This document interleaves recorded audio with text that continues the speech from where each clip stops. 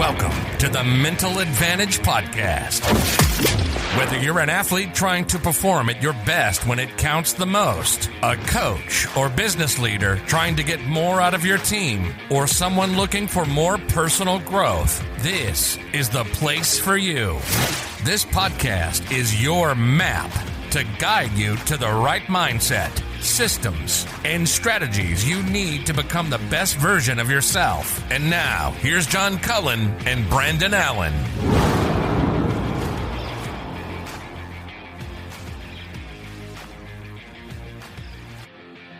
Well, as you guys heard us talk about on Tuesday's show, we have a great guest this evening.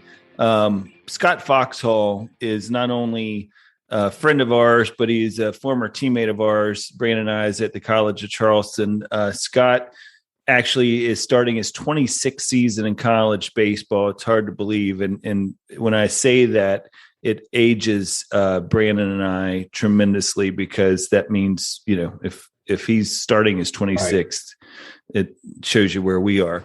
But really good stuff. I mean, you talk about a career. Brandon and I talked about this the other day about how you kind of knew Fox was going to be a coach. He just always had looked at the game from a strategic standpoint, was just a really great teammate. And you have to have been a good teammate, I think, to be a good coach. But this year was selected as the NCAA Division I Assistant Coach of the Year by American Baseball Coaches Association for his duties as pitching coach at Mississippi State, where they also won the national championship this year. And they've now had, I think in Fox's career, he's had 9 NCAA tournament appearances, like 5 straight trips to the regionals. Actually, our alma mater, when they went to the Super Regionals in 2006, Fox was the pitching coach there. But really, you know, like I said earlier, I mean, he's done so much in his kind of career as an assistant coach, seeing 52 of his pitchers selected in the MLB draft, including 10 in the first 10 rounds of the draft, which, I mean, that's incredible. I mean, it is incredible. And I know it doesn't come as any surprise to you and I. You know, Fox is a relational guy. I think all the players that have learned from him, and all the ones that will come through learning from him are extremely lucky, because not only do they have a great baseball mind that is helping guide them, they've got a guy that's going to be in their corner forever. So I think the listeners are going to hear, you know, from Fox. You know, we haven't talked to him in a while. We've sent him some text and congratulatory things with them winning the College World Series. And you start talking to him and it's like being on the bus again. So yeah. It's awesome, and super proud of him. And he deserves every accolade that he's earned, because he truly has earned it. And just super proud of the guy. And it's such a humble person, not just as a individual, but as a coach. I mean, some of the things that you guys will hear is Fox talking about, you know, how he believes so much in just kind of adjusting to the player. And that's something that takes a humble coach that has to be secure in themselves to be able to kind of say, you know what, I have to be the one who adjusts and find out, meet them where they are. And, you know, so much of what he does just from a strategic standpoint, but it's also kind of getting to where they are and then adjusting to what they've got going on from a skill set standpoint, from a mental standpoint. So you'll hear him kind of unpack all of those things. And one of the things I'm most anxious to have you guys listen to is when he's talking about his goals, when he gets down on that mound and having that conversation with the pitcher, and kind of where he's, you know, again, always strategic, right? But he has a plan for everything. And that's how he was as a pitcher and a player, and how he is as a coach. So definitely enjoy this conversation. I know we sure did. What a great treat for us to be able to catch up with him after all these years. So enjoy this show.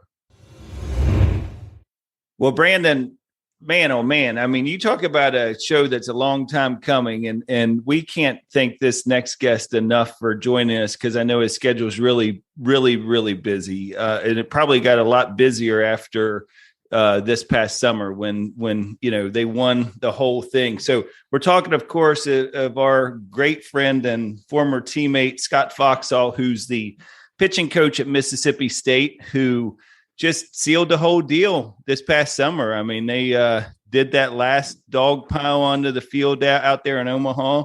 And Fox, thanks for joining us on the show, man. We really appreciate it. Hey, great to be here. Great to see you guys. Absolutely.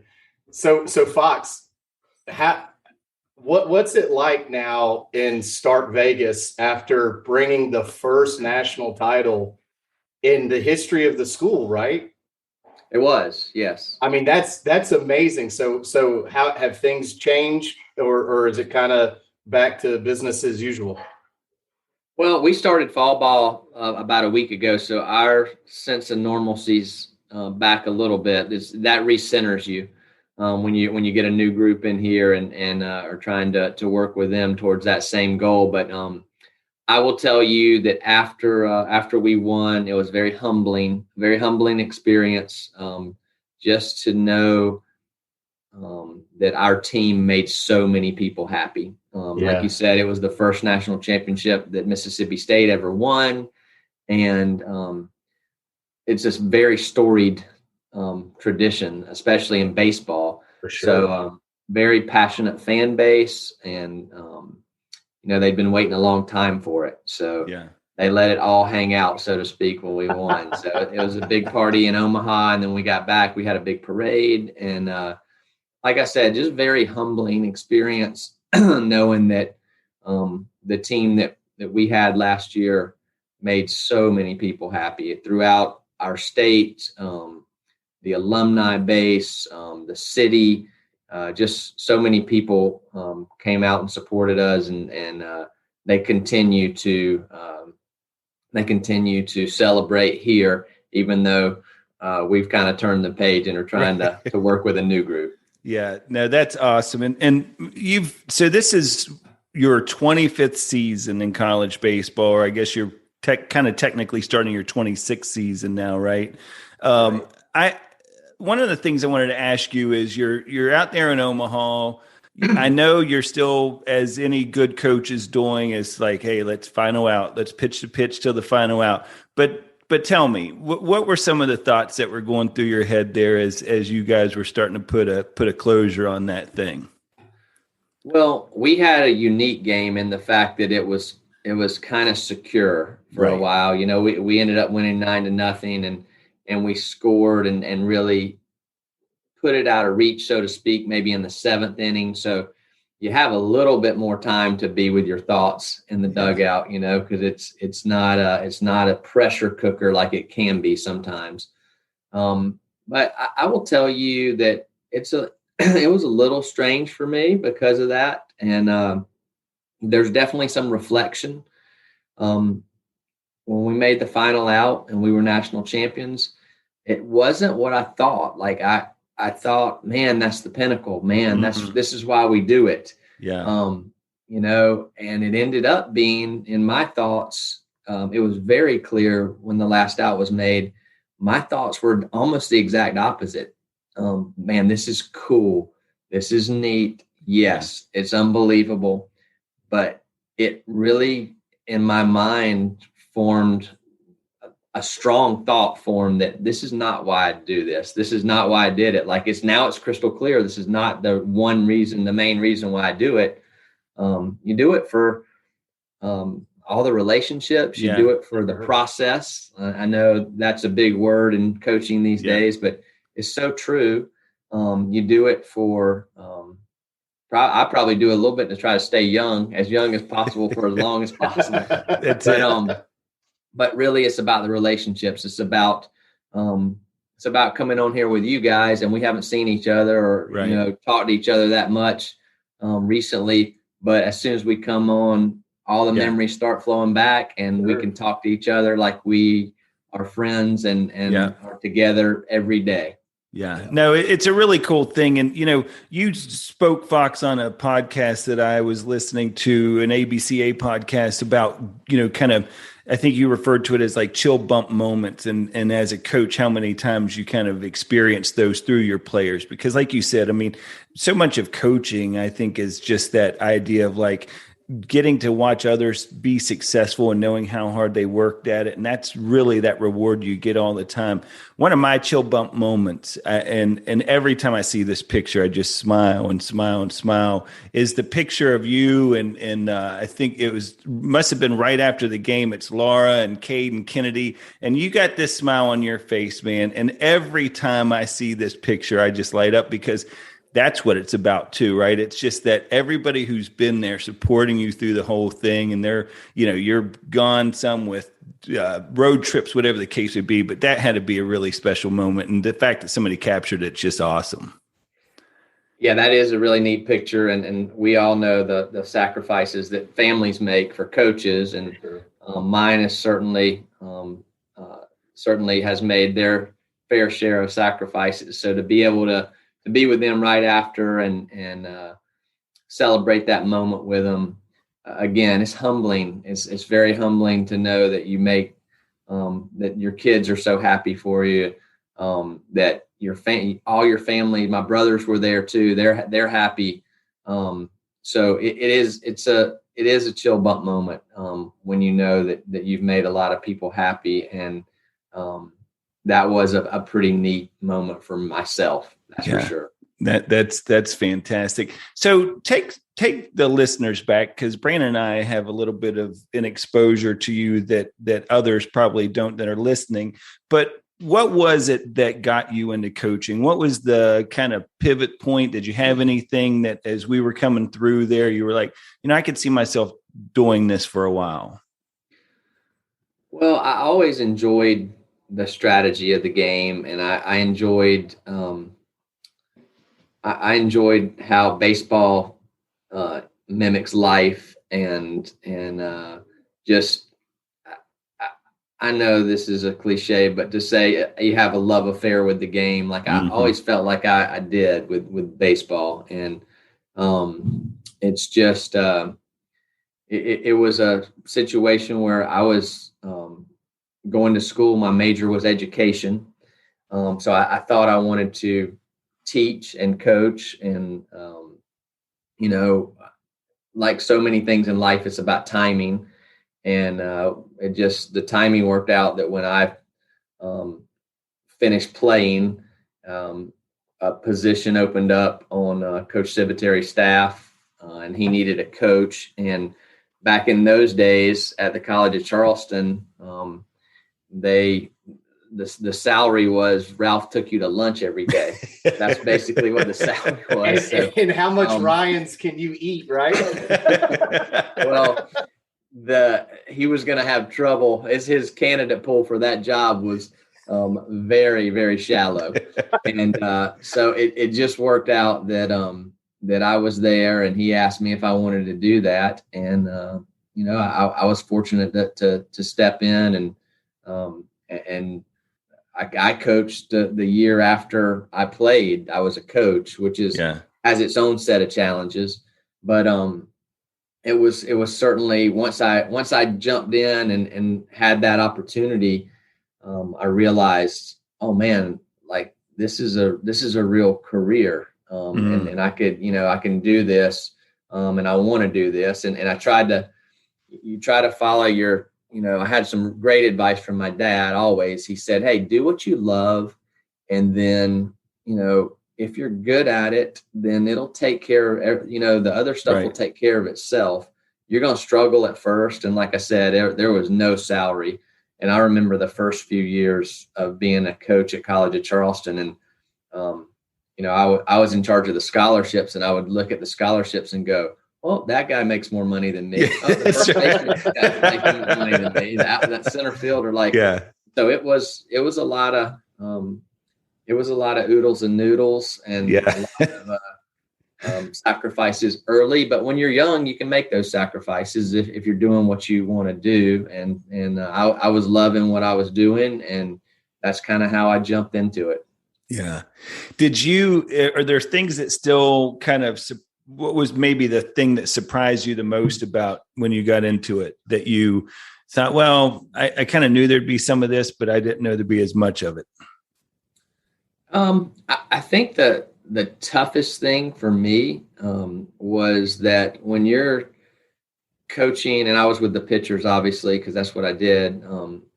When you're coaching the pitchers, you realize that there's a very small percentage of the guys that you're coaching that do it like you did it. Right. So you have to figure out how to communicate with the guys, and whether it's a different arm slot, whether it's a different arsenal of pitches, whether it's a different mentality, whether whatever, lots of different variables. What a coach does is you have to coach each player, and you have to coach them and make them the best version of themselves. And you're not making them the best version of yourself. And so I think that was the hardest part for me initially. And then obviously there's other challenges, but I remember thinking to myself, oh man, I have to learn about sidearm pitchers. I have to learn about left-handed pickoff moves because I was a right-handed pitcher. Like you just have to educate yourself on all the different types of players. And it's why we love this game, right? It's why I talk about having a love affair with the game of baseball, is because there's more than one way to do it. And it's what makes the game great, is the different ways of being successful. But as a coach, you have to train yourself and be able to be versatile enough and adapt to communicate with guys that aren't the same type of players that you were as a player. Absolutely. And so, Fox, is it difficult at times? Because you were very successful and you were very good. And I know as a coach, sometimes it's hard when you're trying to communicate that, because something that you did that was maybe not as difficult for you to emulate it can be difficult to be really good and also be a coach at times, can it? Well, if you look at my record, you wouldn't say that I was very good. I think you need to look at your lineup behind you there too, buddy. I can't remember. I think it might have been Roger Craig, the old Giants manager, because he had a terrible major league record. But he said, man, I had to be really good to lose all those games. They just kept running me back out there. So, Fox, we talked about it. In fairness, you were our Friday night guy, and you came up against some really good lineups where, let's be frank. There were definitely holes at times, 1 through 9 in getting you run support. So, in other words, Fox, we're still making excuses for not scoring runs for you. No, I'm good. You were right. But it was the infancy. Like, it was the infancy of the College of Charleston baseball program. So there was some growing pains with that. But I wouldn't trade any of that. The story I tell is that I transferred to College of Charleston from Auburn. Right. Brandon knows, or too, John. Yeah. But my senior year, what would have been my senior year at Auburn, that program went to the College World Series, and at College of Charleston we didn't. Right. But I always say I would never trade that. I would never trade that because of the guys I got to play with and the experiences I had and the opportunities I was given. So I always give that talk I have my whole coaching career, is that you got to go to the best place for you, and I wouldn't trade it for anything. But getting back to your question, BA, you're exactly right. Like, the thing that is the hardest thing for me to teach right now as a pitching coach, and has been, hopefully I've gotten better at it. But initially the hardest thing for me to teach was how to throw a curveball. And that was I remember. Oh, it was a witch. It was so bad. It was the guy filthy. You did not want to see on the inter squad. Like, God almighty. Yeah. Not again. Why Fox again? Well, that's to your point. Like, that was the hardest thing. the ability to spin the baseball came natural to me. Yeah. So it's a hard thing for me to teach. Right. On the flip side, the other side of the spectrum, I threw probably 79, 81 miles an hour. And I think the radar guns were a little slower back then, but sure. That's probably, I was throwing in the low 80s probably. And if you ask the industry right now, like, okay, what are Foxhall's pitching staffs like? Like, one of our trademarks most of the time is velocity. Mm-hmm. And so being able to teach someone how to bump their fastball up a little bit and have some good properties with their fastball is one of the things I think that I've been fortunate enough that my pitchers have been able to do over the years. And that was a thing that didn't come natural to me. I had to study it and understand it. And so I feel like maybe I'm a better teacher of that than of breaking balls. Speaking of that staff, I when I was doing some research, this blew my mind. Is you talk about that velo that you guys are known for. So you had 3 pitchers last year. You got Bednar and McLeod and Sims all racked up 100 or more strikeouts in 2021. This is a statistic, Brandon, that's crazy. Mississippi State struck out 10 or more batters in 51 of the 68 games they had last year. I mean, that's just saying, it's one of those things that is, like you're saying, trying to figure out, like, what is it, how to pitch with what you have, right? And be efficient with that, because I know that's one of the things that you're always stressing with your pitchers is efficiency and trying to get, not necessarily have to strike out everybody. So the fact that they are still doing that, even with that's pretty amazing. That has Fox's thumbprint all over it, because here's why. Those dudes pound the strike zone. And yep. The one thing that you did that was, I always remember being so thankful when you were up on the bump, Fox, was like, you knew the pace of the game, and it was going to be, you were going to dictate it. There was no question who was in charge. You were going to be up there, you were going to do your thing, and you were going to pound the zone, and sometimes to your detriment, right? Like, again, with some of the gaps that may be out there, you were going to make those guys put it in play or strike them out. And that's the thing. So those dudes with velo that can do what Fox was doing in terms of just controlling the game. And they did. Y'all controlled the game from the mound. And it was awesome. It was awesome to watch. Well, I appreciate it. We had some really good pitchers, and that those guys do it. It's the old sayings, right? The players win games, coaches lose games. Mm-hmm. And they won a bunch of games, and they were in control most of the year. And I'm proud. We set the all-time NCAA strikeout record last year. So wow, it was pretty cool to be a part of that. I will say this, John, to the statistic that you gave about how many times we struck out 10 or more. It is, as you guys know, as baseball aficionados, the name of the game right now is hit home runs, and yep. People don't care about striking out as much. Mm-hmm. Right. That strikeout record that we set last year, it's in danger, like, because just because already, just that's true.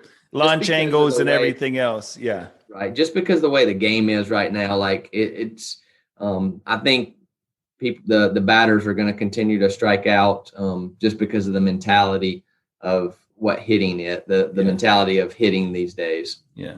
Speaking of mentality, let's start getting into some of this, because this was one of the things we were really excited about bringing you on for is, as a pitching coach, and I probably would say that, hitting coaches are probably have the same challenge, that they have to deal with that psyche a lot, because trust me, as hitters, both of us will tell you that we can get ourselves out a lot more than even the pitchers gets us out.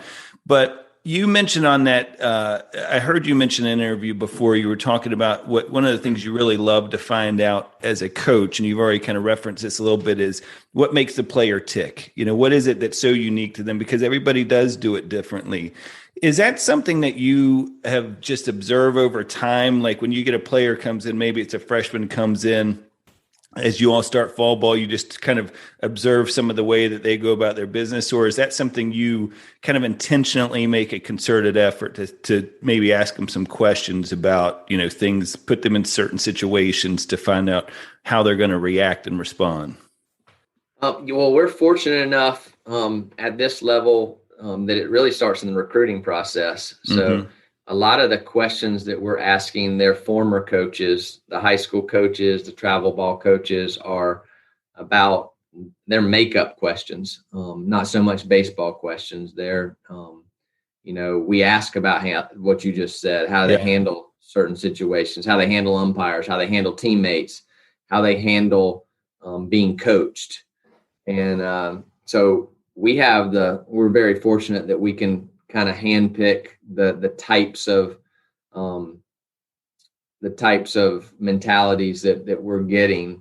But even though we have the benefit of doing that in the recruiting process, players change, environments change players. That's one of the things about our place is, no matter how many questions you ask in the recruiting process and no matter what they've been through, they haven't pitched in front of 15,000 people. Right. And they haven't pitched with the pressure of a very passionate fan base that, can quote their line from last Saturday's inter-squad scrimmage. And it's kind of a pressure cooker here. So the mentality part, we have to really do our homework on. That's why I'll tell you, and I know sometimes this is a hot topic, is what's one of the things that we really like here are multiple sport guys. Yeah, absolutely. Because they know how to compete, and they're not just really talented baseball players that have gotten by on their talent because they've always been better than the competition.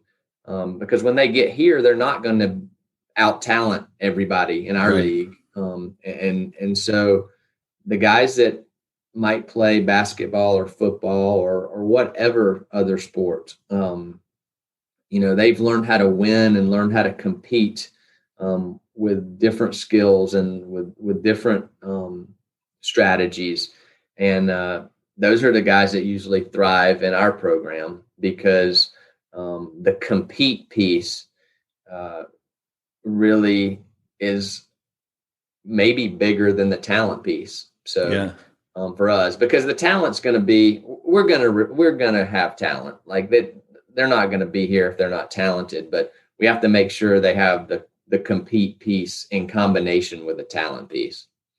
Yeah, you mentioned something there that I think so important is that so many of and it's probably very relevant to what the type of players you all are getting in Mississippi State is. A lot of those guys were able to get away with being in those, what we would refer to as red light situations at, the old Ken Revisa, lights as far as red light, where things are starting to fall apart a little bit. You're starting to mentally not be in the present moment like you should be. But they were able to get away with that in high school because they were just better. I mean, but now all of a sudden in college, you're playing against these SEC schools, and all of a sudden you've got the 15,000 fans that you can tell are getting a little impatient with the fact you can't find the strike zone. And now all of a sudden you're trying to dial it back in. So Brandon and I talked about this, Fox, on the last show in preparation for you coming on. We were kind of teasing the fact that you were going to be coming on as a guest. Little broadcasting lingo there, teasing. But I know those terms. That's right. Hey, we're really sophisticated. Big league. Big league. Just wait till we bust out some of the other ones on you, Fox. That's right. Yeah. But one of the things we talked about was talk about pressure. You've got 30 seconds, 45 seconds at this stage of the game after 25 years. You've kind of earned the right that some of the umpires aren't walking up on that mound maybe as fast, right? But it's a short amount of time that you have to engage this person. What's your biggest goal, your first goal, I should say, when you get out to that mound? Do you have something that you just got to get, right off the bat? Well, if it's a visit because the pitcher's been struggling, I try to assess in the first few seconds. So I usually put my hand on their shoulder, put my hand on their chest, make sure they're breathing the right way. Try to feel a heartbeat. Try to just feel, is there tension? And then that kind of tells me the direction that the visit should go in. If they're not breathing the right way and there's a lot of tightness, then I try to disarm them. You have to disarm them a little bit. Is it a quick joke? Is it a, hey, relax, or hey, try to take them to a happy place, try to take them to the best pitch that they threw in the bullpen in pregame, or the best pitch that they threw in their last outing. Just try to get them to a better place. The other thing you can do with that is shift everything to forward. Hey, let's talk strategy. And I try to speak in positive terms, whether they're stressed or when they're relaxed. I could go out there and a guy could put my hand on his chest or his shoulders and he could be relaxed, and that's not the problem. But whichever way it is, I try to talk in positive terms about the future. And you talk strategy, like, okay, this is a right-handed hitter that you're facing. He's the number 8 hole hitter. You're better than him. You are going to throw strike one with a pitch down and away. We're going to get ahead in the count. Then we're going to finish him with a breaking ball down. That's his weakness, and it's your strength. But you just try to give them I try to tell my pitchers all the time, the future is perfect. Like that's what you have to get across to them, that no matter what has happened, like you said, they haven't been in the moment. We made an error behind them. They've thrown 8 balls in a row. It doesn't matter. I try to train my guys that the most important thing is the next pitch. We have a big sign in our bullpen, in our pitching lab, the biggest sign in there that says the most important thing is the next pitch. So I remind them of that, and I remind them that the future is perfect. And just try to do a reset with most mound visits. That's awesome. So Fox, we were lucky enough to have Dr. Aaron Goodson, who is, I guess now, John, he actually bumped up during our podcast from a little promotion while we were here, but he's the head guy there for you guys, right, on the sports mental performance stuff. So do y'all participate, or how is there engagement with Dr. Goodson or that staff, or is it one of those deals where it's really up to the player individually, or how do you guys handle that? Well, at Mississippi State baseball, that's certainly a resource. We let them do that individually, but we also have Coach Lamonis, our head coach, who you guys know very well from his Citadel days, when we were competing against Limo. But Lim has a really good relationship from a couple of his stops before Mississippi State with a really good sports psychologist. His name is Dr. Mario Soto, and he is the old Reds pitcher. Mario Soto, like the Reds pitcher, but not the Reds pitcher. That's right. But he is Ken. I know you talked about Ken earlier. He is Ken's disciple. So he worked for Ken, and he's in California, and he comes in about 2 or 3 times a year and meets with our team, and we have some sessions with him, and he is great with our guys, and he's a certainly a resource that we use, and our guys reach out to him. So we have an amazing support system here, and Dr. Goodson's part of it. Dr. Soto is part of it. But Dr. Soto, like I said, has been with Lim and some other stops. And so Lim has a comfort level with him, and he really gets in here and works with our guys. We'll have him here probably in the next month or so. Yeah. I love so much what you were just saying there about the fact that you start talking strategically or you start talking about the future, because so much I think of what goes on when any athlete is starting to lose focus is they're always reflecting back on something that's happened. Like you said, an umpire call, somebody boots a ball behind them, whatever the case may be. One of the things that we've asked, and we had Bob Tewksbury on here, of course, as a pitcher. And so kind of thinking from that pitching mentality and did some work with the Chicago Cubs. I'm always curious about this. With relief pitchers, they're inheriting adversity, right? Like sometimes, they're coming in. Sometimes it's just middle relief. They're just coming in to kind of, get to that end of the game staff. But with those guys that are coming in and all of a sudden now they got second and third with no outs and it's a tight ball game and they're coming in. Now it's all of a sudden it's like, how are they preparing is that things you all work with them on, is like preparing for the fact that this is not your fault, really? You're coming in to help solve this thing. I'm always curious about that. Yeah. Relief pitchers are a different breed. We know that. And, you have to figure out ahead of time who's going to be able to handle it. So we try to challenge them in the fall. We'll start immediately and putting them in tough situations and seeing who can handle them and who can't, or who's better equipped to handle that type of pressure. But every guy's a little different. I give those relief pitchers some different options of what can calm them. Sometimes, like you said, understanding that it's not your fault. And, this, stay with me here on this one, because at first you'll sound like a bad teammate, but if you come into it and go, this isn't my fault, those aren't my runs. And it can relax you and go, if they score, it wasn't my fault. Those aren't my runs. And it's like I said, it sounds like a bad teammate. But if that's what helps relax you, then that's going to help you perform better. And if you get out of it because you're relaxed and you perform better, then you are a good teammate. And so some guys can trick themselves that way.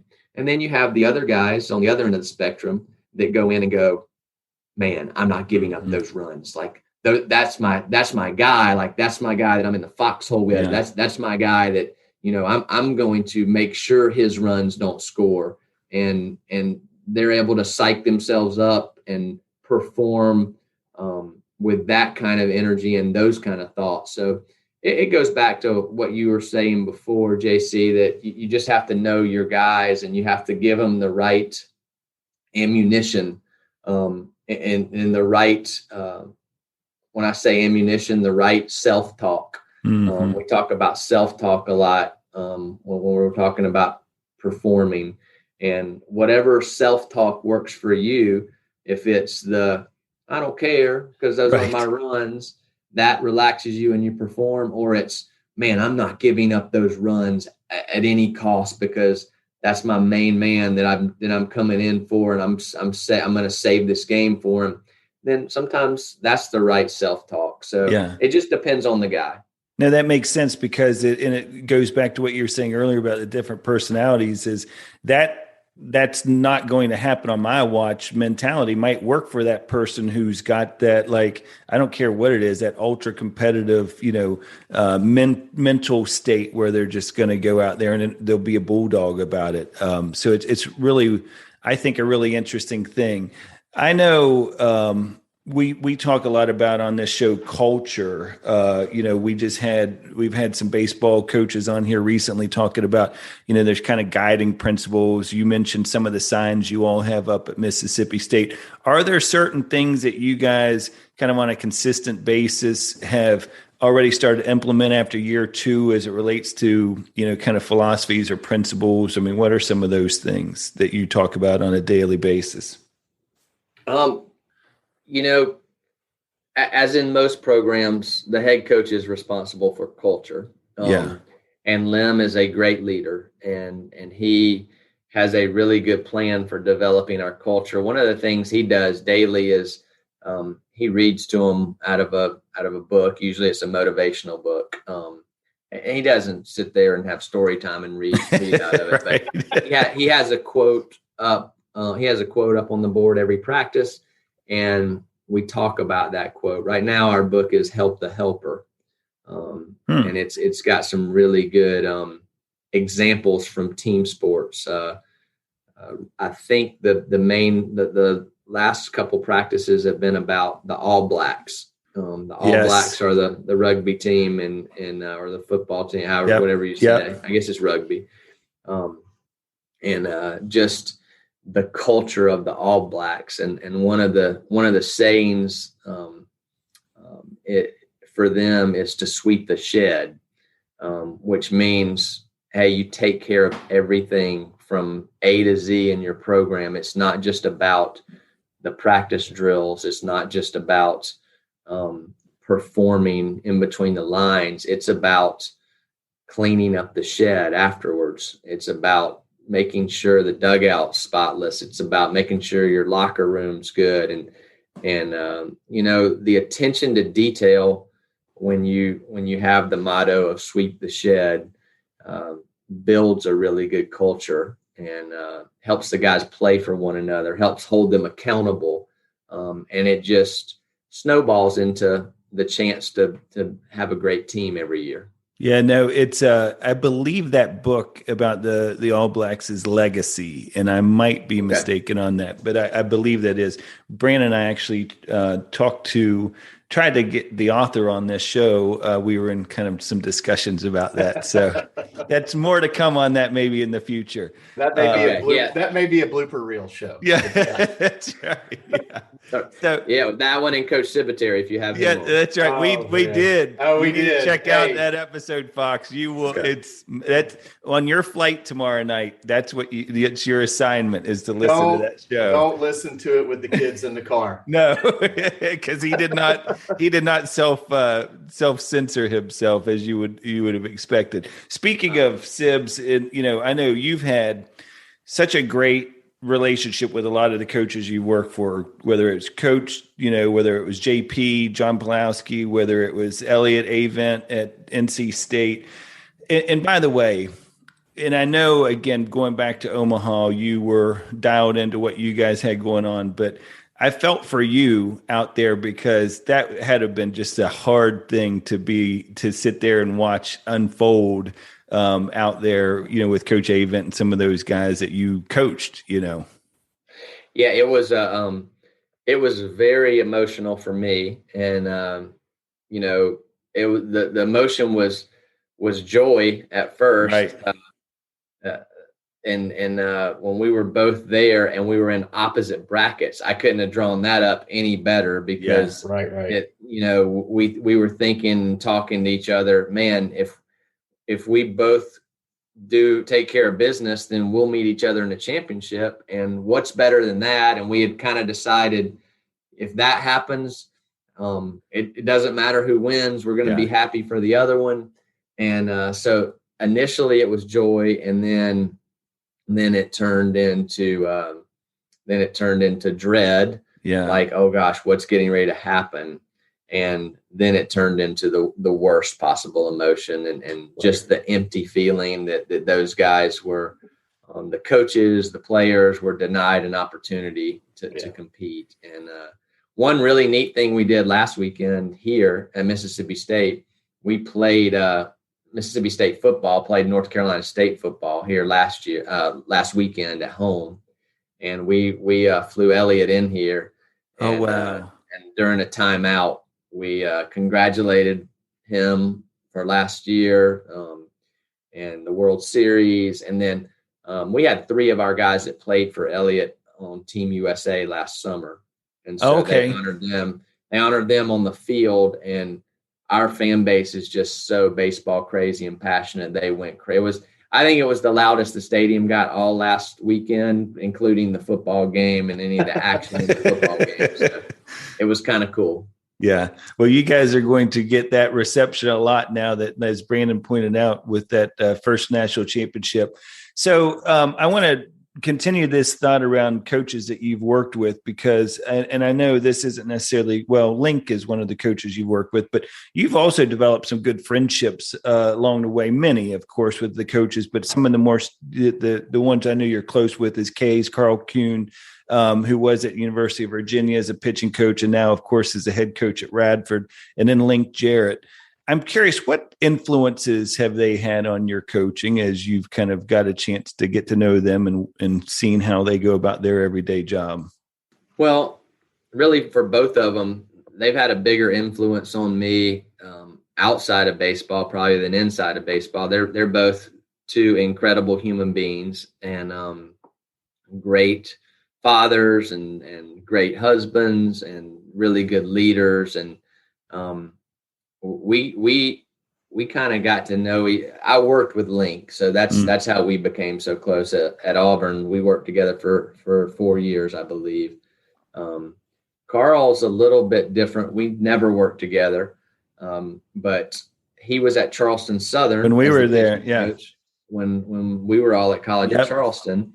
Yeah. So we kind of shared the same geography there for a while, and I got to know him a little bit. And then I got to know him a little bit more on the recruiting trail because we would be at games together in the summer. We would sit together a little bit here and there. But it picked up, our relationship picked up steam when we both started to have families around the same time. So our kids are the same age. So, you talk to your friends about your kids, and he talks to you about his kids. And because they were the same age and we kind of vacationed in the same spot. And we talked about, why don't we just go on vacation together? And so we ended up we did that probably about 10 years ago. And for the last 10 years, our families have gone on vacation together. Sometimes Coach Calvi joins us from, used to be the pitching coach at South Carolina. He's the head coach at South Alabama now. So it's a really neat friendship. And, one of the cool things is Coach Calvi won the national championship at South Carolina in 2010. And then Carl won the national championship at Virginia in 2015. And we were in the summer in 2019, and Kay's kid goes, "Uncle Foxy, it's your turn. You'll win it in 2020. No way. That's awesome. I said, come on. There's no, you can't say that. Right. But then, of course, 2020 has the asterisk beside it with COVID. Yeah. But he almost got it. He did. Jason is Carl's oldest kid, and he almost got it in 2021. The dogs got it done. So that was kind of neat. And Carl had told me we won it in the same hotel that we stayed in the same hotel that Virginia did when they won it. We were in the same dugout. We had the same path, like how That's awesome. We won and lost. So it's just a neat friendship with Carl. And then Link is, like I said, we worked together for 4 years. The hardest baseball weekend of my life was when we played Notre Dame here in the Super Regional. Yep. Guaranteed. I was going to ask you about that. It was so hard, JC. But it's kind of cool to have a lot of friendships in the game. So Fox, it was more difficult playing Notre Dame than having to listen to that Vandy whistler every freaking pitch. I mean, that guy, come on. Yeah, that is bad, BA. That's a bad fan. But the crazy thing in Omaha, I never heard him because our fans drowned him out. Pretty good when we got to Omaha. When we played them at their place earlier in the year, and you're right, it's probably the most annoying thing. It is in the sporting world. Yeah. Yes. Yeah, it forced me when UVA played them in 2015. It forced me to literally mute my TV because I couldn't take it anymore. I was like, "There's got to be a way they can drown that out." Oh, there is a way. You're up 9-0 in the seventh. Right. Yeah, that usually fixes it. Usually that whistle goes. I'm just sitting here thinking about all of the coaches that'll be listening to this, trying to now vacation with you guys because they think that's the 5-year magic touch there, right? So that's got to be pretty cool. Hey, we're not going to keep you too much longer, and I, like I said earlier, just really appreciate you taking the time here. As you look back now, and we usually ask guests this question about, it's the $1 million question. What do you wish you knew then that you know now? What advice would you give yourself as you're kind of getting started out with Coach Sibbs and the gang, besides ask for more money? I'm not the best guy for words of wisdom. I don't think I've been so fortunate. I guess I would just say, enjoy the practices, enjoy the locker room, enjoy the bus rides, because that's what you remember. I think Chipper Jones was the most famous guy recently that they asked, what will you miss the most? And he said, I'll miss 5 o'clock the most. And 5 o'clock's the time after BP and you're in the locker room with all your boys. And, I think that's the perspective that you have when you're reflecting back. When you're going through it, you're like, oh my gosh, it's 8 hours to Central Florida. Yes. Oh my gosh. Like we're going to be cooped up in the bus together. Silence of the Lambs again. How many times? Love Zolos. Did she put the lotion in the basket or not? The Godfather. How many times? The Godfather. Love Zolas, right? Yeah, Love Zolas. Yeah. It's funny you mentioned Chipper Jones, Fox, because I was thinking every time I hear Chipper Jones, you know where I'm going with this. I always think about Russ when we were on that trip down to Stetson, and he went down there to I don't know what Russ was doing down there, but he comes back. He's like, "Boy, there's a guy hitting in the batting cage down there. He's really good." And we were like, "Yeah, that's Chipper Jones. He's kind of a big deal." Yeah. Yeah, that's awesome. Well, man, like we've talked about before, it's just so cool to kind of watch you go through this journey. And I know you know this because you got enough text messages about it. But I think we were all those teammates from College of Charleston were hanging on every pitch. We were just like, let's go. And one of those things is like, once you knew it was happening, the 9-0. I mean, I think, Brandon and I are texting each other like, dude, this is amazing. Like, I think we were just right there in the dugout with you, which is just a cool moment for us to be able to watch you go through that for sure. So, well, I could feel all the support, and not just the text messages. It's just a palpable feeling that you have that, man, all those people are behind you. And like I said, it's very humbling. Very humbling to know that that made a lot of people happy, and it was a chill bump moment, and it gives you some perspective. But like I told you before, when I said I wouldn't trade my experiences at College of Charleston for that year that Auburn went to Omaha, that's the same thing I feel about winning the national championship. I wouldn't trade all the moments that I've had, all the practices, all the relationships.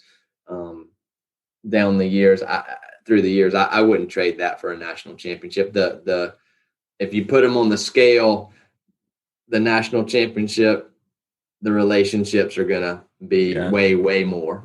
They weigh a lot heavier on that scale, and the good times that I've had with players and teammates on the practice field and traveling in the locker room, all of that is outweighs the national championship, but it was pretty damn cool. Yeah.